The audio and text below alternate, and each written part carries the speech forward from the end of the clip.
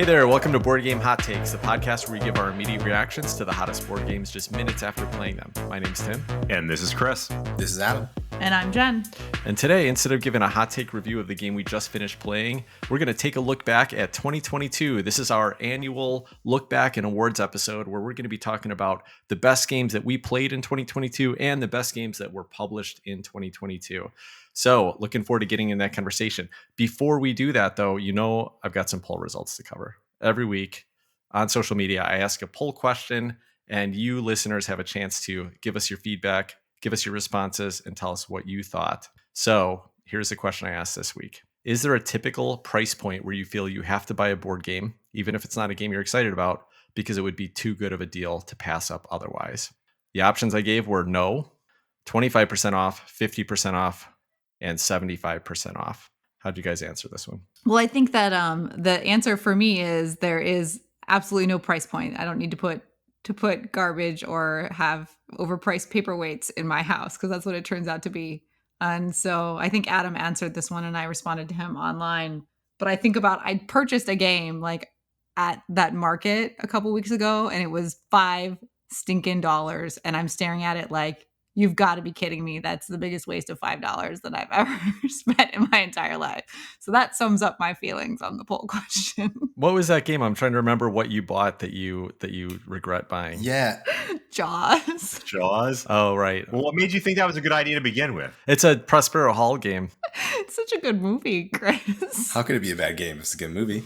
Someone gets to be Bruce himself in the game. And I was like, it just felt like it was the romanticism of like a throwback. And then it was like, open the box and then close the box. And now the box is just staring at me and being like, woman, what you could have spent with that $5. So many sticks of bubble gum you could have been chewing right now, Jen. I agree with you. In general, if I don't have the game, it's for a reason. It's because I'm not going to play it. But then after reading some of the comments on Twitter, I think Chris Prime was like, well, Adam, you're stupid because what if it's an awesome game and it's only like $10? And then, the more I thought about it, I couldn't walk by Anachrony if it was on sale for $15. I think I'd have to pick it up and take it home. So I think there is some threshold, but in general, if I don't already have it, I'm not going to go out and try to find it, even if it's a bargain basement prices. Yeah, the reason I asked this question is because, and I hate to keep bringing this up, but somebody posted a sale on Marvel United being available for $7.49 on Amazon this week. And somebody responded to the sale saying, oh, I guess it's time for me to finally pick this one up. And yeah, you probably should have saved your $7.50 on that. But, this is a tough question because I think there are games that are like, they're well known, they're well loved, and I might not have interest in it. And there is a certain price point where I'm like, well, for that price, I should at least try it. Like I picked up Victorian Masterminds, that Eric Lane game, for $8. And you know what? The $8 was worth it for me to open the box, punch it, play one game of it, and then sell it for $8. And so, that was worth experiencing another game. But there are a lot of games that it would not be worth my time or effort. And they would just, I have to have at least an inkling of like, I've heard something good about this. I got to check it out. So yeah, generally I would agree with you guys. How about you, Chris? Yeah, I think for this question to make sense, you have to kind of go into it with you don't know anything about the game. Because if there's something that I like about the game, or if there's something that makes me interested in the game, well, then of course there's going to be a price point at some point that if I'm interested in buying it anyway, that's going to push me over into actually doing it. But I can also see a situation where if you've got a game that is so cheap that I'm going to take a chance regardless. Now, if my answer to that part is heck no, because maybe I don't want overpriced or underpriced paperweights in my house. If there's a game that I have no inkling one way or the other, no interest and no information about, then there is no price at which I'm going to step out and buy it, except for maybe the situation that's never going to happen where it's like 5 games for $1. Then maybe. Chris, there are 5 trick-taking games for $1. Do you pick them up? Oh, good point. No, but trick-taking games are a unique experience. You can pay me to take most trick-taking games. All right, cool. Well, so here's how people responded on Twitter. 45.6% said no, there was no price point that they would buy a game that they weren't interested in. On Facebook, it was 64%. 25% off, 3.7% on Twitter, and 1% on Facebook. So 25% off is not a driver for most people. But at 50% off on Twitter, you had 25.7% and 23% on Facebook. And then there was a decent amount of people at 75% off, 24.9% on Twitter, and 12% on Facebook. So there are plenty of people that will pick up a game if it's cheap enough. And you know what? To be honest, like, you can sell most of these games if they're 50 to 75% off. So I don't blame you, as long as you're willing to give it a try and, maybe at least see if it's worth it. Who knows? Maybe you'll find some gems if you go down that path. Here's how some people answered. Daniel Davalo said, depends on how close to payday it is. All right, that's fair. Mark, the thoughtful gamer. No, there's a cost and space and the mental annoyance of having it around. If I'm not interested in the game, I'm not interested in the game. I've got games in my house I'm literally trying to give away for free. Luke Sandwick said, my impulse control goes way down if a game is $15 or under, particularly in a flea market setting where the game might be 40 plus retail. That said, I still only buy games that I'm actually aware of and interested in playing. And then Impressive said, if it's over 7 on BGG and over 60% off, I feel compelled to buy it. If it's over 8 on BGG and has mechanics I like, anything over 30% off, and I'm strongly tempted. Impressive has some very specific rules about their purchasing habits. I'm glad that you figured out a formula that works for you. That's cool. All right, well, let's jump into what everybody's really here for, and that is the official best games of 2022, the 2022 awards. And as we've done in the past years, some of the focus this year is not going to be on games that were published in 2022, but we're going to be kind of recapping and highlighting our year of 2022 in playing games, some of the games that we got exposed to for the first time. But we've got a couple special awards for games that were actually published in 2022 as well. So in either case, hopefully this introduces you to some pretty exciting games that are worth checking out.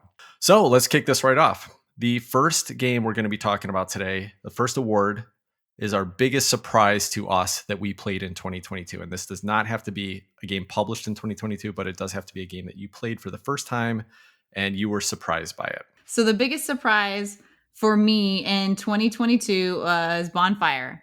I think we wrapped up the end of 2022 with Bonfire, and this is probably no surprise. This should be the no surprise category, I guess, for me, right?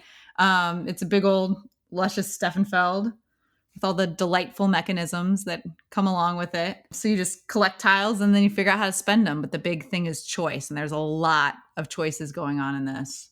I think the surprise was that Tim had poo-pooed this as something that he thought that was going to be like the complexity was going to be too high, or it was just going to be too much. And that Danielle and I were going to be like, nope, we're not into this. And like halfway through want to quit. And I think that might've been why it was a surprise that I think he thought it was going to be too meaty, but in the end, it ended up hitting in all the right places for all the right people. So what do you need to know about it? I think we talked about it a little bit. There's gnomes and they're lighting stuff on fire, right? And I think that's the entire storyline of what happened. I think we touched base on the fact that if you play it with myself and Danielle and Tim, there's not gnomes lighting anything on fire. There's baby Yodas and Jesuses walking all over the place. I think they boat somewhere as well. Was there boating involved? I can't remember at this point in time. There's boating. Yeah. And so, okay, this is a surprise for me, Jen. I should have listed this, that I was surprised that you guys liked it. It's not that I don't have confidence in your ability to play heavy, meaty games. I'm confident you do. You guys generally hate learning new games. And so I never thought you'd want to get through a teach of this, but you both did. You were good sports. You both seemed to enjoy it. And that shocked me. So I'm glad that you got some excitement, something you weren't expecting out of 2022. So I think the big surprises were that the complexity was not overwhelming, right? It felt familiar. So Steffenfeld, so it felt like a warm hug, right? Like the game itself, once you got into the mechanics of it, the time commitment was a little high, right? When in the end, the game definitely went on longer than I needed it to go.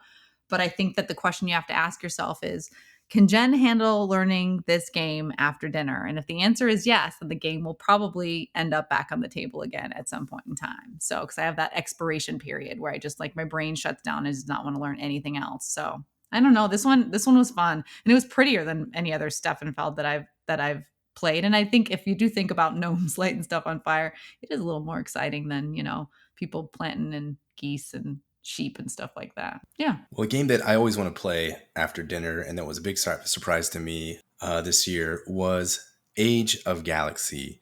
This is one I kickstarted because I looked at it. It's got outer space and it had some cool components, some ships. I didn't know much about it. I read the rules and it said, some innovative this and innovative that, just like every other game says it's on Kickstarter. But it got here. It was in this teeny tiny little box, teeny tiny little 2 boxes because I splurged another 10 to 15 bucks for the deluxe edition.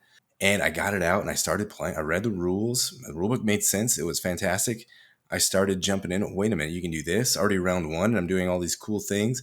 And I was just blown away by all the gameplay, all the fun, the interaction, the mechanisms here in Age of Galaxy. And that's why it was the biggest surprise to me in 2022.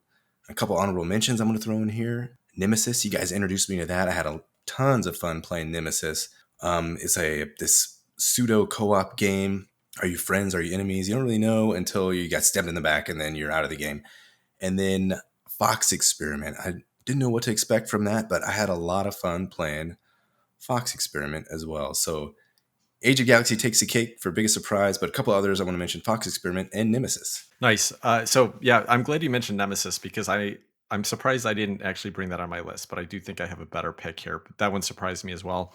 And Age of Galaxy kind of surprised me as well. Adam picks this like random, stupid little Kickstarter game in a tiny box. Oh, it's going to be epic. And he wants to do a review episode of it. I was like, nobody's going to want to listen to this review. This has got to be a garbage game. Just wants to play his Kickstarter.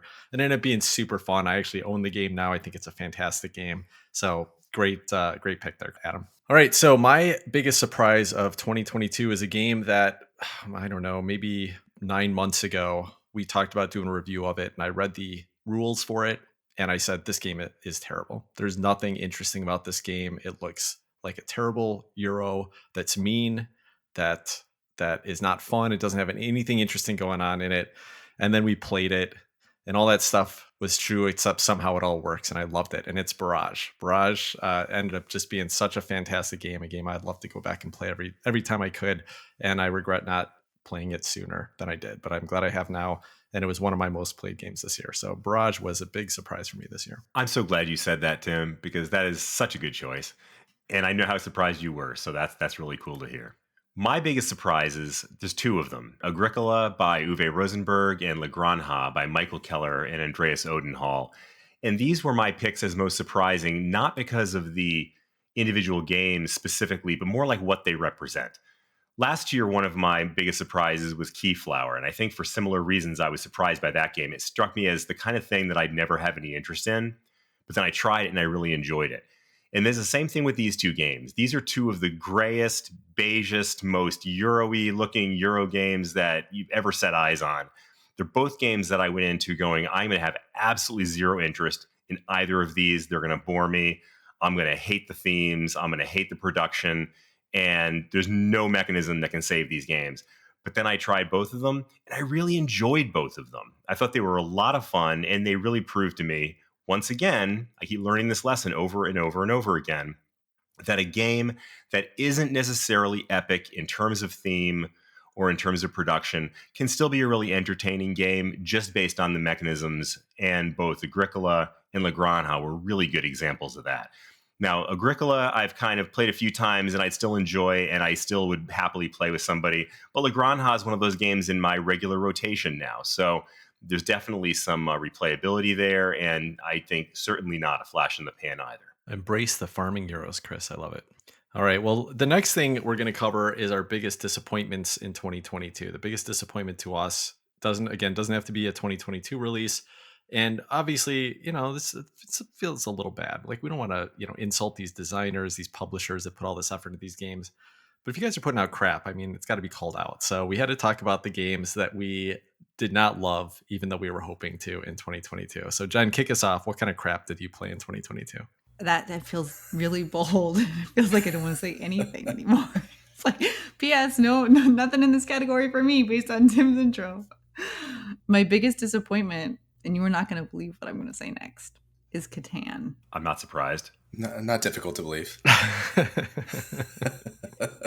There was a little bit of saucy sarcasm on that one. Yeah, I know. Like, let's just, we can name it right here. Like, we can go in round robin and name like all the bullet points as to why it missed for me. Ooh, I'll start. Like, too much anticipation, right? Played it way too late in my gaming experience. My gaming colleagues were not super stoked to play it either, right? So walking into this experience, I think it was it was going to end up being a zero-sum game no matter what. I think that it was going to be just kind of and it was very meh. So was that really? That felt like really articulate. That was great. Like The perfect time to play Catan, Jim, was back in 1998 or 97, whenever it came out, like way back then. It was pretty revolutionary. It had all kinds of different things going on that wasn't Monopoly, and it wasn't like stab each other in the back. It was kind of compete for different things. And what, you could trade and you get these resources, and I don't have to do this roll dice and move my guy. I could do other things in games. This is amazing. Yeah. So that was the time to play. But you've already been exposed to, Feld games and Castles of Burgundy, one of your favorites. So I could see that being a disappointment for sure. I knew that it was done when I was like, I would really rather play Catan Junior, right? Like the regular Catan didn't fly at all. And I was like, oh, I could totally sit down with my 6-year-old and play Catan Junior and be more satisfied in this moment than playing this one, because then my expectations are set at the right location, right? And so I know I can say almost without a shadow of a doubt, it just won't come out again. And it's not because it's not probably beautiful and wonderful and groundbreaking. It's just that I was wrong in my implementation. Actually, let's just blame Tim. Tim was wrong. Tim's fault. Probably when this was introduced to me, and it probably should have happened a long time ago. So Catan's still a better game than Catan Junior, but also I'm happy that you didn't enjoy it because it means I don't have to play it again. Yeah, we played it that night. We played it with Mariposas, and I would play Mariposas 17 times in a day. I would play Catan never again if at all possible. For my biggest disappointments of 2020, there's a few that crawled up the list. Merchants of the Dark Road, I'm going to shout out to that one. Carnegie was a little bit disappointing for me.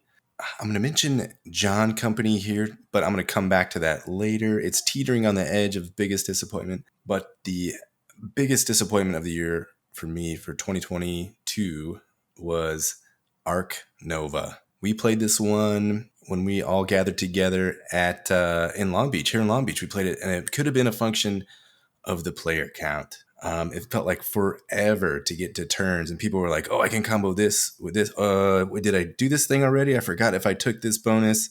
Let me rewind that a second. Let me take this turn over. No, I didn't think that through yet. I meant to take this piece over here, and that gives me this bonus and this bonus and this bonus because I covered these things, and now I can move this guy and get this bonus also.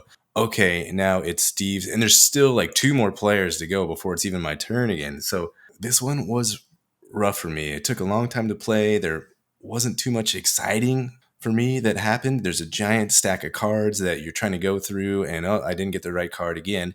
So now I'll just do this other thing, and I'll discard this elephant. That was the biggest disappointment for me this year was Ark Nova. I remember that game. I remember that play of that game, and you could feel the frustration and disappointment coming off of Adam in waves. I feel like it's shots fired at Tim, though. I mean, it's careful. It's like even when you talk about it like that, it's like, I'm just going to discard this elephant. Well, I'm going to rules lawyer the heck out of this because he actually played in December of 2021, so it doesn't even count for this list, but that's fine. Most people played it in 2022 for the first time, so I think you can. That bitter taste is just stuck with me the whole time. It's not going away. It's still with me in 2022. All right. Well, my biggest disappointment in 2022 is a sequel to a game that I really love, and that's Azul. But the new game is Azul Queen's Garden. We played this in Portland. The 3 of us, Adam didn't make it out, but Steve, Chris, and I played it in Portland, and it was the saddest part of that whole experience. I just hated it. I hated that game. I hated the teach of it. I hated trying to collect 15 tiles to play 1 tile out on my board and not understanding that the color was supposed to match the symbol, and the symbol had to match the color, and the colors were all the same colors, so it was hard to tell what color you were actually picking up.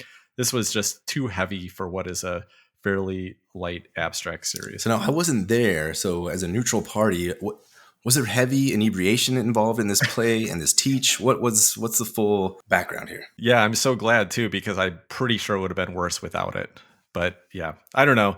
Maybe Azul Queen's Garden would hit a little bit more after a couple more plays. But I feel like the Azul series, I've played 3 of the 4 so far, and they've only gotten worse the later you get in the series. I think the original is still the best. It's streamlined. It's a good, fun, kind of attacky, mean, little abstract that plays quickly, and they just get overly complex as you get deeper into the series. So didn't you get this for Alina, your exchange student, as like a going away gift? No, that was one of the other ones. No, different. It was a different one in the series, which was a better game than Queen's Garden. No, but I'm so glad I didn't, because if I'd bought this for her, I would have felt terrible. So yeah, Azul Queen's Garden, just a big disappointment for me. I was excited. I thought it'd be a more interesting version of Azul, and I was so wrong there. Do the tiles at least feel the same? Yeah, they're nice tiles. Okay, there you go. Boom, redeeming quality. Oh man, that was a really bad experience. We'll bring therapists on at the end of the show in some way for this category in particular. Seriously, I need to talk about this. No, actually, I don't need to talk about this. I need to talk about my most disappointing game of the year for 2022.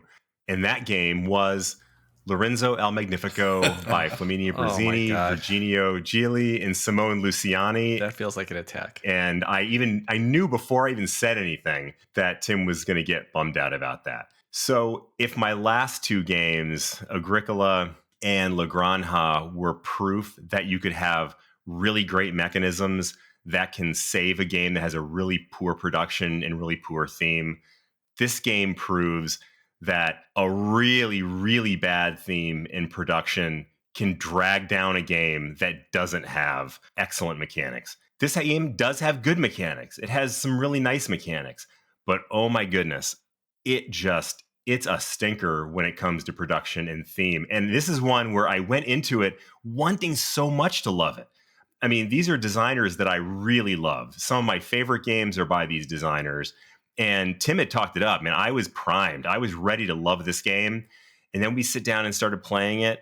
And I was so distracted by these big, round, beige faces looking back at me that I'm just like, ugh. There's like a Pope thing, and there's like a medieval Italian thing, and I don't even know what. Anyway, that game, I wanted to love it, and I just could not bring myself to do it. Chris, I'm fully with you on this choice. I was going to make my list. I don't know why I didn't mention it, but I didn't. I felt bad for Tim. I think this is already setting the table for when Tim introduces us to Tiletum or Tiletum this year.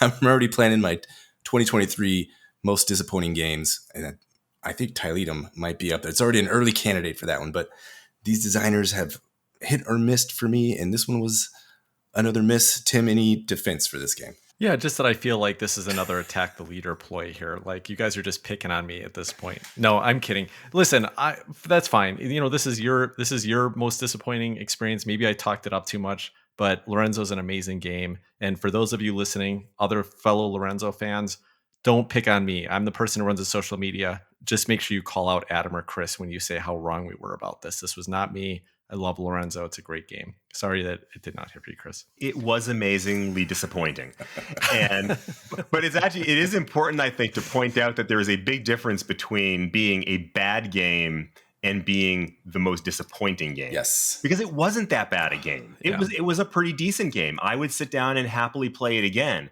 I think the problem was just that it seemed so positive. You had talked it up a whole lot. I really liked the designers. I was really primed and ready to go. And then when it didn't really hit, that creates disappointment. But it wasn't actually that bad a game. I don't dislike it. I think that's key, right? We're not talking about, this isn't worst games in the world in 2021 or whatever. It's just like our experience, like how we felt during it, how it hit or it didn't hit, right? We can obviously be talking about fantastic games, but if the experience is bad, the experience is bad. All right, well, let's go on to a more positive note because we're going to be talking about the best game that was new to us in 2022. The game that was our favorite play in 2022 that we never played before. I'm really excited about this category. Jen, kick us off. My favorite new to me game is, I think it's all the way back from, I tried to look it up just before we got on because I know you guys get irritated when you're like, oh, I have to look up the publisher and the year and everything for Jen. So I think it's like all the way back to 2008. But it was Notre Dame. Nice. I adored this game. I thought it was so much fun. It's super simple, drafting component, area majority, which I normally don't like. And I always think of Chris when I think of area majority games. And so that's just where my brain goes. But I have never really been like, oh, this is my favorite ever, when that's kind of the kicker mechanism. But I actually, when I was going to look at the year it was published, I was like, what is this game about? Right? Like, what is the theme and what are the mechanisms and what are the anything? Because I just know I learned how to play it and I really like it. And we're heads of influential families in Paris in the 14th century, and we have to get power, prestige, and keep our people healthy. And I was like, I didn't know any of that. So I've played this game probably a dozen times. And so it just goes to show how strong the Euro mechanism is for me in this, because the reality to me, and then those close to me, this is just the rat game. Do you want to play the rat game? Yes, let's play the rat game. Do you want to play let's play the rat game later. Like, that's 100%. Like, you couldn't even say the name or what it's all about. I know that there's like little cubes and rats and we move stuff around, and I love it. It hits for me. And I like that it has 9 rounds exactly. So you have like a time, like, okay, we can probably get this done before dinner, or we can play this after dinner, but before we want to go to bed, right? Like, there's all sorts of like little slots that you can put this one in. So the time is consistent, and the social aspect for me is great because you can chat. Like, your turn is your turn. And so I actually thought through why this one, because you look at it and you're like, who wants to play the rat game? And the answer is, I want to play the rat game, and my friends want to play the rat game. Therefore, the rat game is a new to me success for 2022/2008. I have a story about this one. I was at a meetup one time long ago playing a board game, and I was at this table playing some game, whatever, and the guys next to me were having all kinds of fun, laughing and jeering and this and that, and I look over there, what is that game? Oh, we're playing Notre Dame over here. And I was like, I want to be playing that game. I'm playing some boring game over here. These guys are cheering and jeering, talking about rats infecting this thing, invading here, invading that.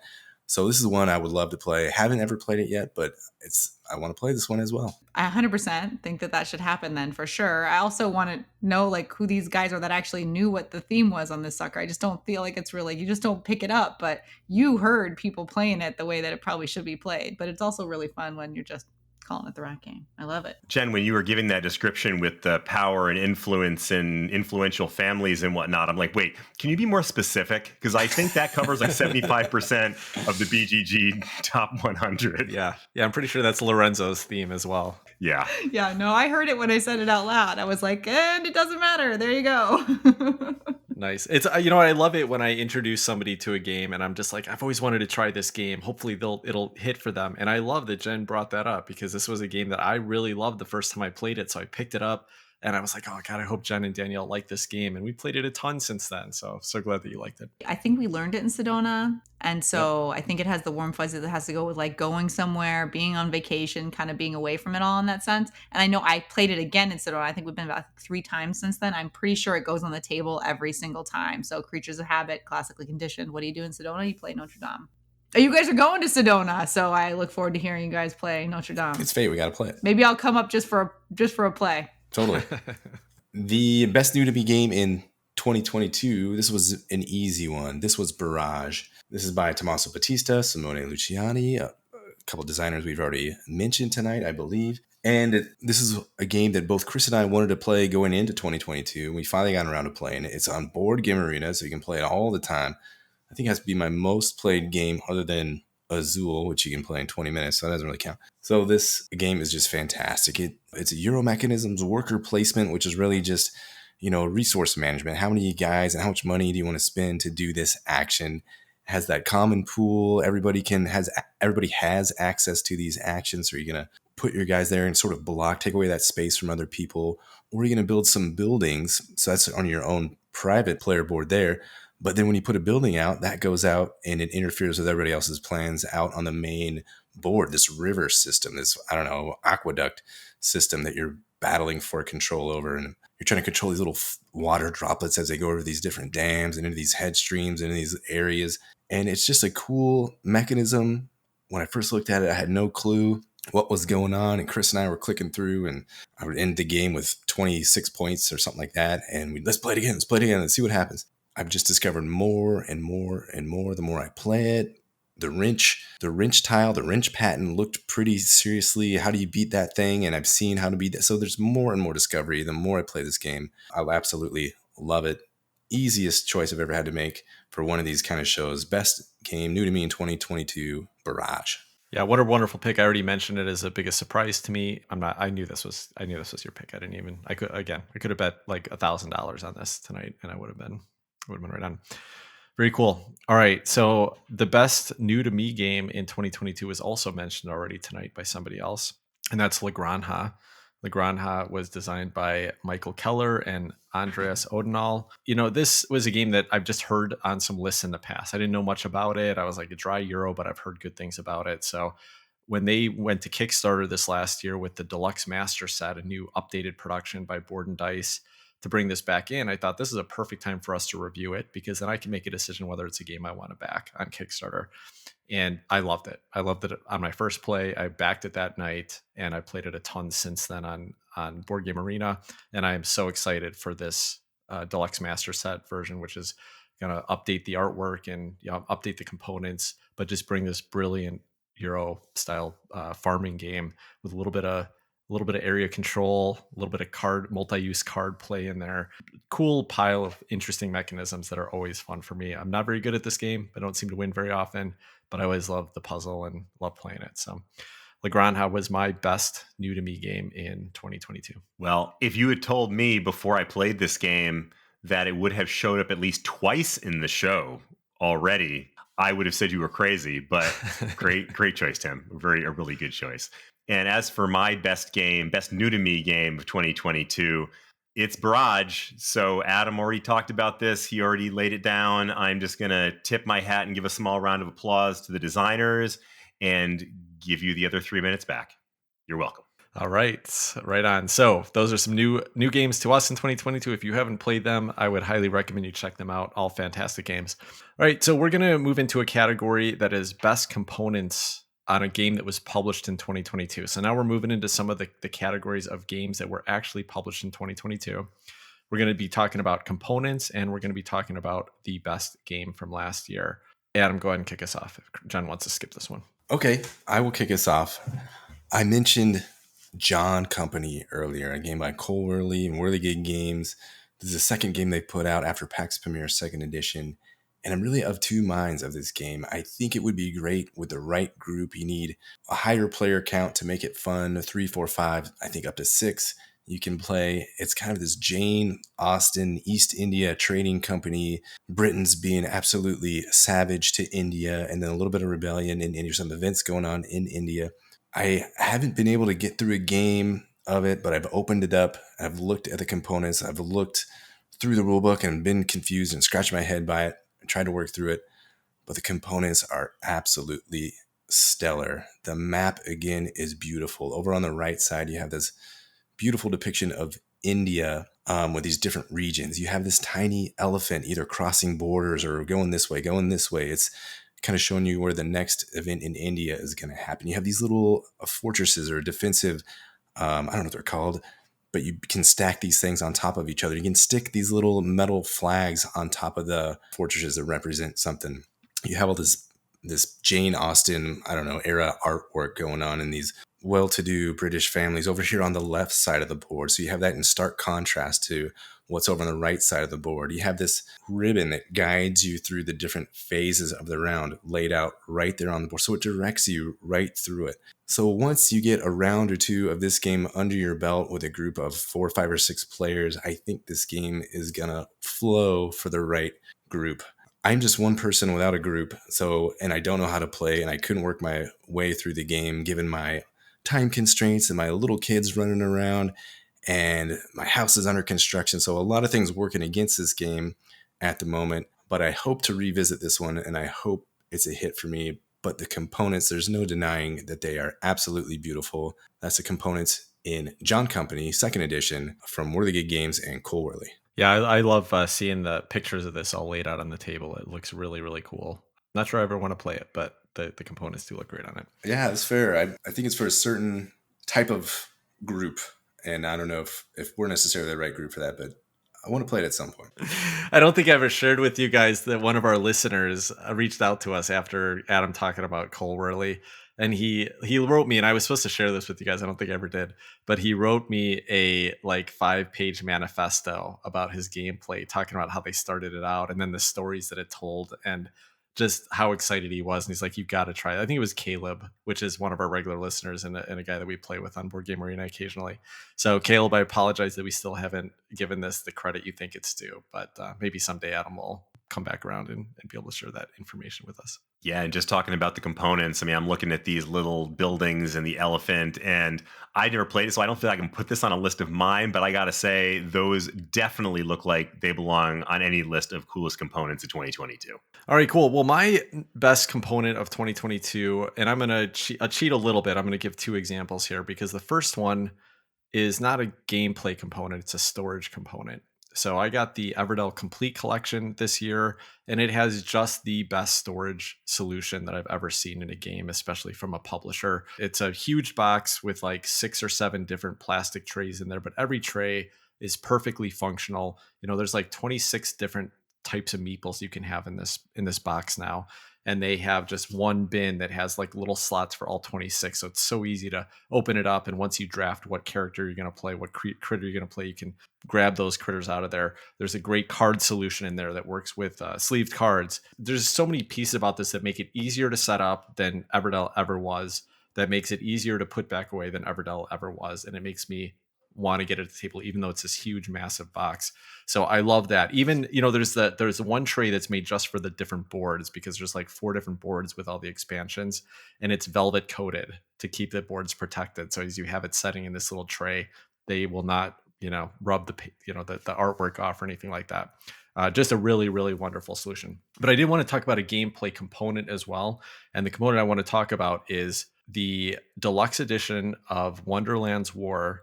So this is a bag building game. And of course, when you're pulling chits out of a bag, you want a high quality bag. And this is the highest quality bag you could ever get for a bag pull, because not only is it beautiful, large enough to put your hand way in there and feel around, it has beautiful color and artwork on each of these bags that are printed with the characters' pictures on there. And then you're these nice flat bottom bags, so you don't ever get like a chit that's stuck down in the corner of the bag.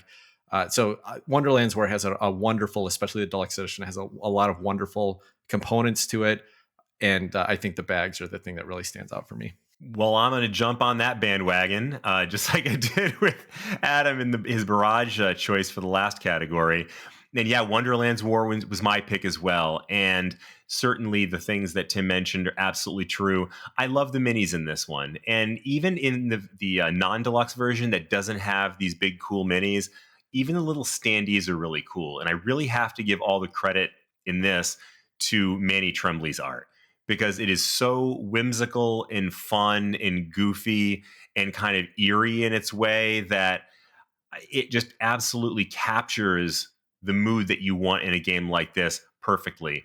And the fact that you've got that art that's been taken and made into 3D format in these minis, I think helps a lot. But again, even if you don't have the minis, even if you have the standees, you still get a great opportunity to see that beautiful art and have a really nice experience with it. So nice choice, Tim, and I'm going to second that. Yeah, and the one other component that I wanted to mention, if I hadn't picked the bags, was actually the board itself, because this is probably my favorite game board.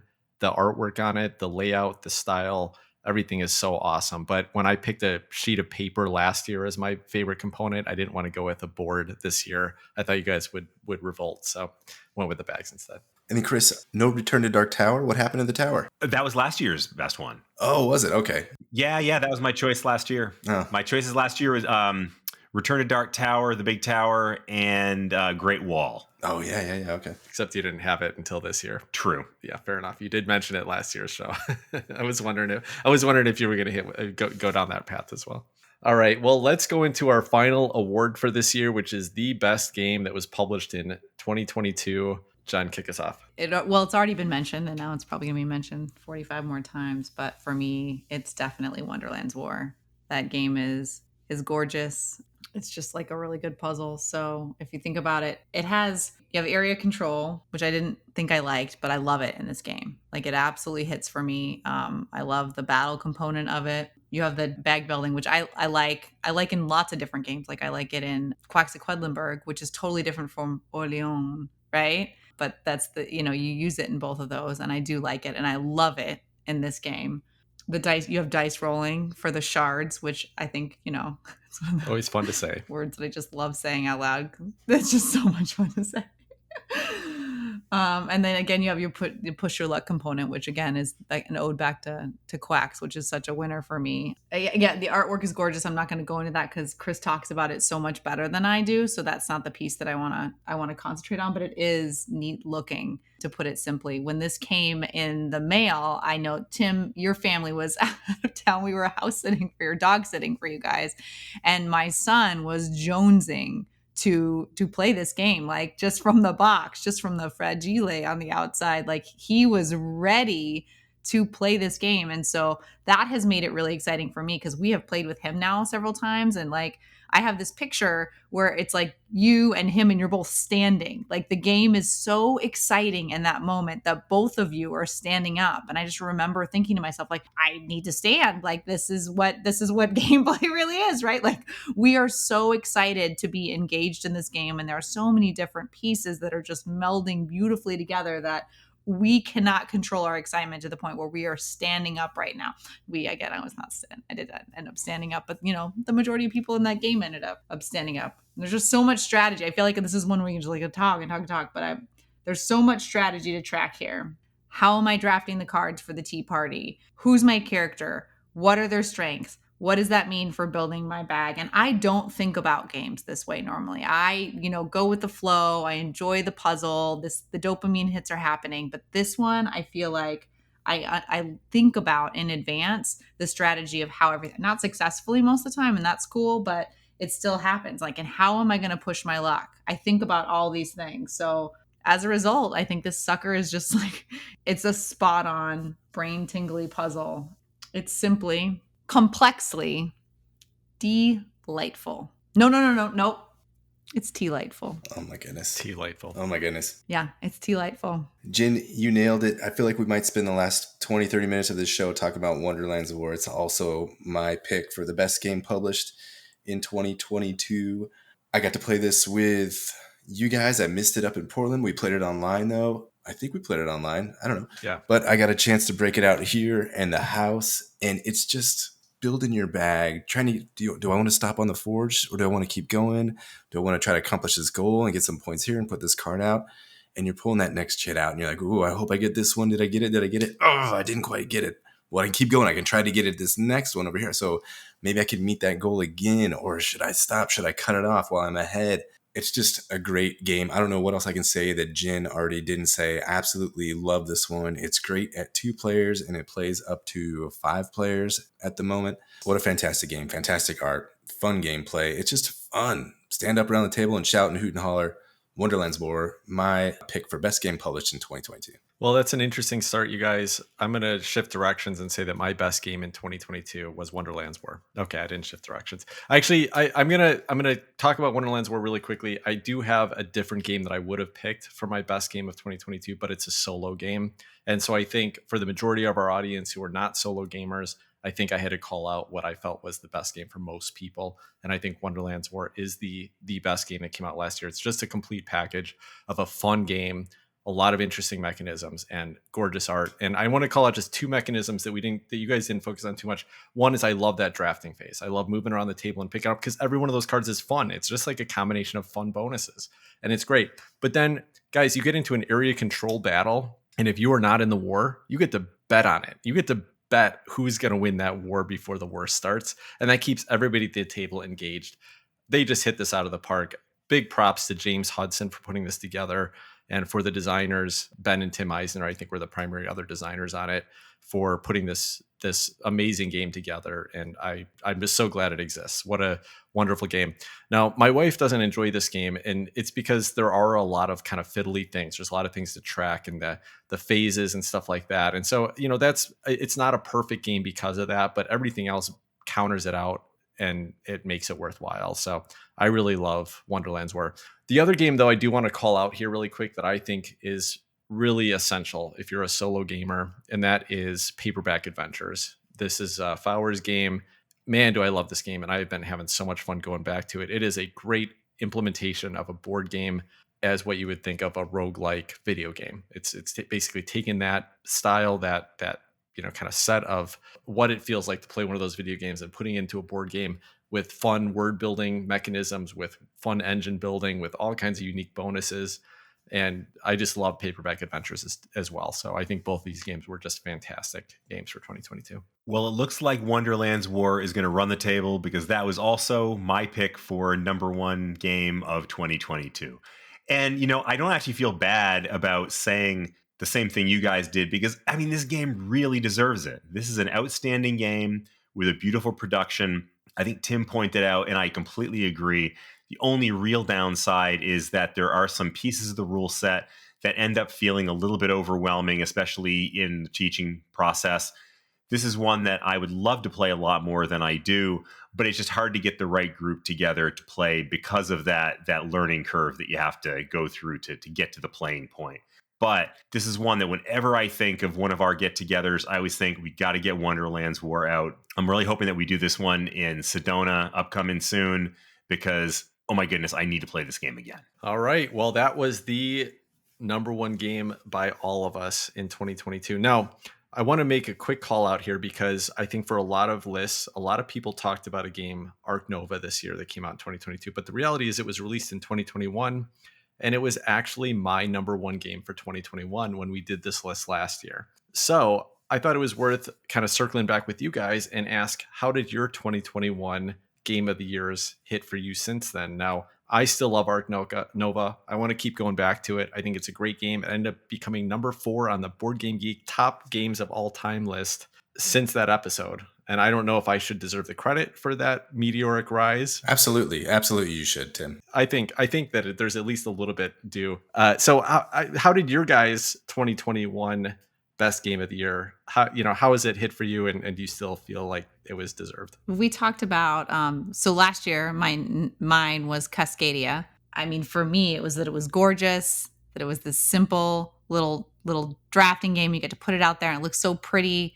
It was an easy learn. Again, it was like a unique story because I learned to play it in a Great Wolf Lodge, and it was just, again, a warm, fuzzy experience learning a game. Normally butters it up quite a bit for me. But listening to it 3 of us mentioned it last year. So that's really interesting to think that 4 of us have now mentioned the same game. And now, like last year, 3 of us talked about the same game, for so many of the same reasons. I think we talked about Wonderland's War, but with Cascadia, I feel like we talked about it really uniquely. And so like when Chris talked about it, he talked about the outdoorsy component and how it made him feel. And that totally makes sense for it being his favorite. Whereas I talked about like, this is where I learned it. And these are the people that I was with. And that's why that game was my favorite. So interesting. I'm curious. It has come to the table to answer the question. It has come to the table. It's one of those where you bring down like 4 boxes and you're like, it always comes down in those 4 boxes. You're like, which one do you want to pick? And so it comes to the table probably, I don't know, it's probably come about a dozen times in the last year. And that feels like enough. Like the glitter wore off a little bit, but if you brought it down and the other 3 weren't hitting at that moment, it would absolutely come to the table. And I think we'd all enjoy it. So, and the littles have started to get it. And that's a big deal for me at this point. I know Chris is going to say something about this game as well, but I also want to give you guys credit. Cascadia won the Spel de Jaris game for 2021 as well. So since we all called it as the best game of last year, it is now officially the best game by the biggest award from last year. So good job, you guys. Something along the lines of we should psychics or gambling is what it needs to be in our future, is what I hear you saying. So predicting things or betting on things. Since we're on that topic, Chris, anything else to add about Cascadia? How is that still holding up for you a year later? It's still a great game. I don't get it to the table that much. And honestly, the only reason for that is it's just not my weight of game generally. I'm a heavy game player, and it's one that just isn't really that weight. It's really just not the right weight for me. But that doesn't make it any less of a wonderful game. It's still as excellent as it's always been. Everybody I know that plays games loves Cascadia. I still enjoy playing it. Like I said, just it's not the right weight for my day-to-day stuff. My pick from last year was Ankh, Gods of Egypt by Eric M. Lang. Maybe my favorite game designer after playing his trilogy and now Chaos in the Old World as well. I absolutely love this game. It plays well at 2 players and also plays up to 5 players. So I can get this one out, and it's quick, especially at 2 players. You're taking your picks, you're moving around in this area of Egypt, and that's just the basic scenario out of the box there. There's, I don't know how many different scenarios. You can add all these different expansions, different gods, different creatures. I think there's this the Pantheon expansion that adds this whole little other economy to it. I'm going to have to investigate that a little more too. This game's faring pretty well on Board Game Geek. It's up to 225 overall. It should surpass Arc Nova in no time. So I'll take credit for that once it gets there. No, but having a lot of fun playing this one. That's Ankh, Gods of Egypt. And Ankh still created some of our favorite memories from the last Board Game Hot Takes Con in Long Beach when the big old merge mechanism ended up winning Chris and Steve that game. And still one more victory for me among all the other victories that were stolen from me that weekend. Well, how many? I guess every victory was stolen from you that weekend, Tim, because... That's right. All right. Well, that will cover last year's games, but let me just ask you guys, what was your most played game from last year? Shockingly, my most played game of last year was Castles of Burgundy. And I don't think that necessarily would have been the case had I not somehow gotten wrangled into playing online. So as soon as I started playing online, it was like, oh, look at these dopamine hits I can hit. I can play Castles of Burgundy when there's nobody with me in my house. Oh my gosh. So yeah, I got COVID and boom, I signed up and then started playing like these, what do you call it? Async? Is that what we call them? And then it was just like a deep, dark black hole of Castles of Burgundy. Like my children will be like over my shoulder and they'll be like, put the yellow tile there, Mom, put the yellow tile there. So it's interesting what it has done, what bringing more Castles of Burgundy into my life on the online platform done has made me think about strategy and the sense of seeing everyone's board. And so I think that lots of people probably play that way, but I'm such a yapper, shockingly, at the table. So I'm just sitting there talking that I don't think big strategy. I just know that I like the game and I like how it feels and the puzzles going together. But I think it's made me a better player because I actually think about strategy rather than just the social component. Because what Castles of Burgundy does is has long periods of nothing happening. So we can talk a lot. But so I'm not paying attention to what I should be paying attention to, I guess, if I want to win. But we learned a long time ago that that's not the important part for me. But yeah. I agree. The social aspect is still king for me. That's why I love board games and getting to the table with actual people and having that interaction. It's such a fun dynamic. So hopefully I can get that going this year in 2023. That's one of my big goals. But most played games, as far as most played games go, it was still Azul, even though that was down only 50. Most of those were on Board Game Arena. And then a close second was Barrage with 47 plays. And that's logged plays. I don't know if there's a few in there that I didn't log. I entered a few tournaments on the Board Game Arena and got schooled. And some of these guys would put up ridiculous scores. I don't know how they're doing this stuff, making like 30 energy every round and scoring over 200 points. It's fun to be a part of that game, even if you're the one getting your butt kicked, which is me most of the time. And then third most, I have to mention, and this is because of Chris, this is Through the Ages, a new story of civilization. We have been almost nonstop on the wonderful app. That's a game by Vladik Vadal and Czech Games Edition. Tim, you need to get on board with this game. It's such a flowy, fantastic game that tells all these amazing stories. We had one, Chris, most recently where I thought I had it. I was down at like 10 military. The computer, we throw a bot in there to make a 3-player. The computer did something where he sent all his colonization force, which takes a deep chunk of your military out. He was up at like 20 and I was worried that he was going to attack me and steal all of my points for the end of the game. His military's down to 9 and I'm texting Chris, dang it, I'm going to take this one. I'm going to win it, Chris. And then 2 rounds later, he's back up at like 35 military. And I think I ended up in third in that game and Chris had second. So just the ups and downs. And I had James Bond leading my society right after Alfred Nobel was leading my society. So just some fun stories and fun gameplay coming out of Through the Ages, my third most game behind Azul and Barrage. Nice. All right. Well, I had 707 plays of 180 unique games tracked in 2022. I don't think I track every game, so that's probably not accurate. It's probably a little bit higher than that, but I try to do a pretty good job. And my top 5 plays, first and foremost, was Tapestry at 27 plays. That was a pretty heavy component of it being on Board Game Arena. Chris and I play a lot. Chris, Steve, and I play a lot, but I play with a lot of our listeners. But I've also played many times in person. And in fact, I just got to introduce Jen to this game this last weekend. So Jen and Danielle played it with me, and I'm hoping to get a lot more in-person plays of Tapestry this coming year. Only one play behind that was Castles of Burgundy, heavily driven by, of course, Jen and her constant need. I don't know. Is that the infatuation with Castles of Burgundy? But I still love it. It's still one of my favorite games, and I'm happy to play this game anytime. And she does crush me often on Board Game Arena because she is paying attention to my board. Annoying. I think I've honestly played it maybe like 10 times online total. So that's the constant need we're talking about.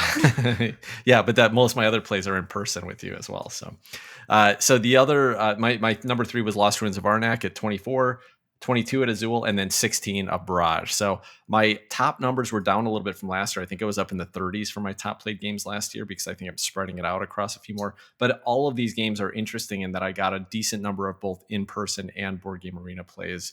And that's fun. It's amazing that we got this platform that we can play some of our favorite games with async, and I absolutely love it. So my top 3, I'm going to be a little bit vague on numbers here because I screwed up a couple things in my stats, so these are not exact, but they're pretty approximate. My number 1 was Through the Ages, A New Story of Civilization. So one might reasonably ask, how is it that a game with a 4.42 complexity rating on BGG gets played 60 times, give or take, during the course of a year, when I have like a once a week game night with you guys and another game night that I go to occasionally with some other friends? How do you manage that? And Adam already kind of told us the answer to that one. It's the magic of a really, really good app. And I'm not even talking about BGA. I'm talking about an app that is so elegant and fun and intuitive that I look at the board game now and I'm like, holy crap, I don't even know if I want to play the board game. I just love the app so much. It does such a nice job. It streamlines it so effectively that this heavy duty, thinky game becomes a snap to play once you learn it.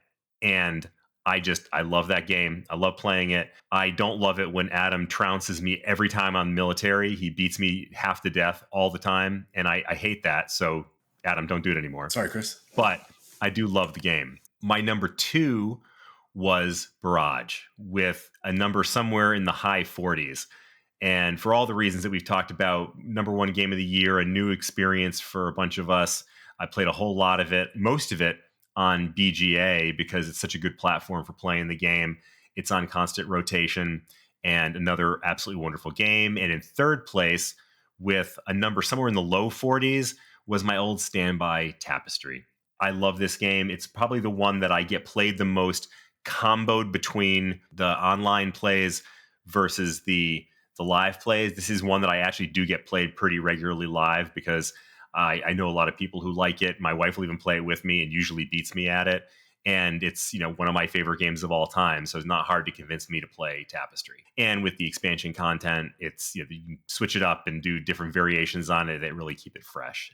So between those 3, I've gotten, that's about 120, 130 plays, and every single one of them an absolute delight. All right, cool. Well, one last topic before we wrap up today, and that is, did you guys have any board game revelations in 2021? Anything that kind of changed the way you think about board games after another year of playing? I think that I can play hard games, right? I think that's what my big revelation is. And I think that it's like that old saying, like, or maybe it's just, what good people in my life have told me when I was struggling with something was that, Jen, you can do hard things. We can do hard things. I tell my kids that you can do hard things. Like, you don't have to be intimidated by it.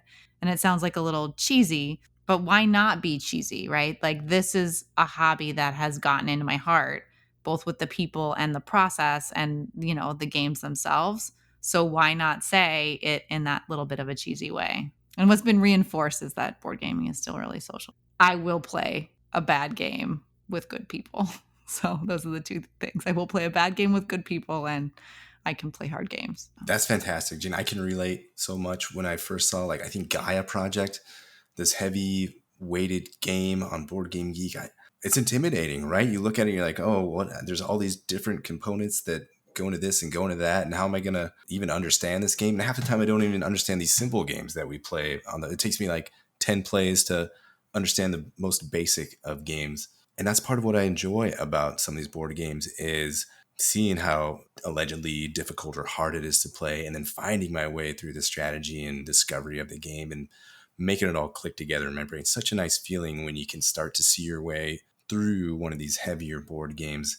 And that's what I think is part of the appeal of Barrage. It's so heavy and there's so many different variables and options and ways to go. And it looks relatively simple. The actions that you're doing aren't difficult. It's putting it all together, that's the difficult part. And that continues to be a theme for me, is relatively light rules overhead, but then the depth of gameplay is what I enjoy most, I think, about board games. So I think Wonderland's War has that, Barrage has that. The more I play Azul, the more I see how just these simple components, but the more you think about it, who's going to be going last, and am I going to stick them with the tiles? What tiles are still in the bag, or what tiles do I think are still in the bag? Just simple things like that. The exploration of board games and seeing the different new things that they can offer is something I just still enjoy and thirst for in the hobby. And I'll be looking forward to that in 2023, as well as forming a group with my local community here. I got daughters in school just down the road from here. I chit chat with the parents, making good friends in the community. And I think a local group is on the horizon. So I'm very excited about that. I'm a little worried because Adam's going to put a local group together and be like, I don't need to get together with you guys online every week anymore. And that's where the podcast just falls apart. Dude, I seriously worry about that with like you guys and Chris. Like, oh my gosh, I'm going to lose my board game friends. It's going to be horrible. As far as Jen's revelation, I'm really excited. I mean, listen, it sounds like I'm going to be teaching some heavier games this year, and I am totally up for the challenge. Can't wait to get into some meatier stuff with Jen and Danielle, hopefully as well. So that's awesome. My board game revelation this year is kind of unique for me. I tend to really be anti, collecting stuff you're not going to use, anti Kickstarter because it's stuff you're not going to use, all that. But I think I kind of learned this year that I'm okay to have games I love, even if I don't get to play them a lot. I used to look at my shelves and say, hey, that game is not going to get played because my current group isn't into it. And the friends that I play with aren't into it. But I think at this point, I'm so in love with this hobby and some of the games in it that if it's a game I really love, I'm going to keep it. Maybe it'll never get played. I'm not even playing that many solo games anymore. It's worth waiting. I think there's a couple of games on my shelves that haven't come off the shelf for a year and a half or 2 years, and they're never leaving my collection because I just love them. Every once in a while, I even just like open up the box and, take out all these awesome components and think about the day when it will get played again. And I'm meeting new people all the time and making new friends and meeting new groups. And I've made several new gaming groups around here that weren't even gamers before that are now starting to get interested in heavier stuff. So I think some of these games I'm going to get to introduce them to for the first time. It's going to be really exciting.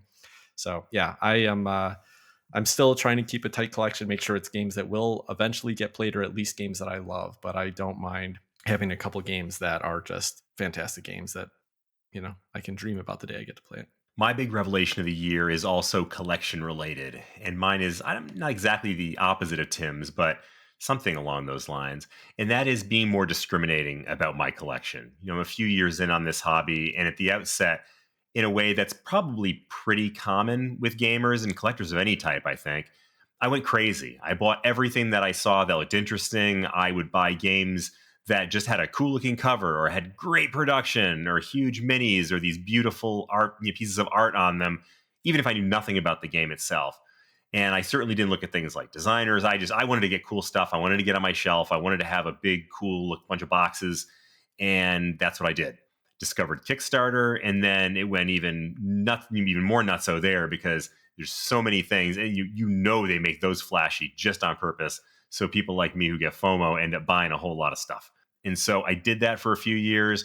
And I've gotten to the point finally this year where I'm really trying hard not to do that. And I think I've been pretty successful. And I've really tried to be more specific and discriminating about how I do pick the games that I buy. It's not to say that I don't buy new games, because I do. I just got a copy of Barrage.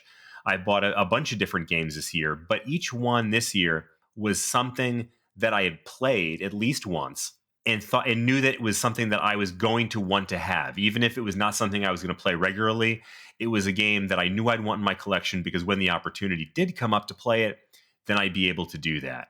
I wasn't buying things just because of the appearance, just because they looked interesting without really knowing anything. And so the end result of that is that my collection has started to, I won't say shrink yet, because I'm not really getting rid of stuff, but it's growing a lot more slowly than it was before. And I've actually gotten to the point where I'm starting to think about getting rid of games that I'm not playing that seemed like they might be a good idea, but ended up not being that good of an idea. I'm hoping what that means is that in the next year, I'm actually going to start getting rid of some of this older stuff, some of the stuff that's not as desirable, and then I truly will have this real gold standard collection of games, every one of which I'd be happy to play at any time. I'm so proud, Chris. Make me so happy. Thanks, Dad. All right, cool. Well, that'll wrap up this year's episode on our 2022 look back and awards. Before we leave for the day, though, I did want to call out a listener who was really nice and left us a great, maybe the best review we've ever gotten on Apple Podcasts. If you like the show, please rate and review us wherever you listen to us, but Apple Podcasts is where I think you can leave, great reviews, and it does help people find the show. It raises up in search rankings and things like that. So want to help people find the show, rate and review us on Apple Podcasts. This is a review that was left by listener Hothead Joe. And first, before I read this review, I just want to call out that I did not write this review. And also, I don't even know a Joe. So this is not a personal, this is completely objective. This review was not written by, I did not pay anybody. There was no monetary compensation for this review. It starts out, these guys are great, 5 stars. I've been listening for about a year now, and I've listened to every episode at least once. It's just 3 friends having a good time, giving knowledgeable opinions and information, and I look forward to every new episode. I highly recommend this show if you're looking for the best board game podcast out there. P.S. Tim is the best of the 3. Now I know it's fake. Thank you. Joe, that is the worst review. That's the worst review I've ever heard. It can't be true. It's totally fake. I wonder why Tim read that one this week. Yeah, so I knew this one was coming, so I was like bracing myself because he read it out loud earlier this week, and I was like, "Oh yeah, you read that one out loud. Let's see what happens here, buddy." Such a disappointment. No, I don't think that's true. I appreciate that, but I know that Adam and Chris and Jen, when she graced us with her presence, are all equal. So yeah, I think it's time to start up an official competition for who gets called out the most in reviews. So if you really love one of us and want to give us some accolades, leave us a review on Apple Podcasts. Let's make a contest out of it. I think whoever gets the least reviews at the next BGHTCon has to buy everyone else dinner. I think that's how it goes. All right. I got a head start on that, so I like that contest. Works good. Also, by the way, hey, the Board Game Geek Golden Geek Awards are coming up in about a month, so watch for them. There's an award for Best Podcast, and we would love to be nominated this year. So just putting that out there right now. If you get a chance, please nominate us on the Board Game Geek Golden Geek Awards, and we'd love to see our names up there to help other people find us. And there's going to be an award for Best Individual Podcaster, so vote for Tim on that one. All right. Well, thanks, everyone, for another great year of Board Game Hot Takes, and hope to be here next year for our 2023 Look Back and Awards. Until next week, take care, everybody. Good night, all. Bye-bye. Thanks for listening.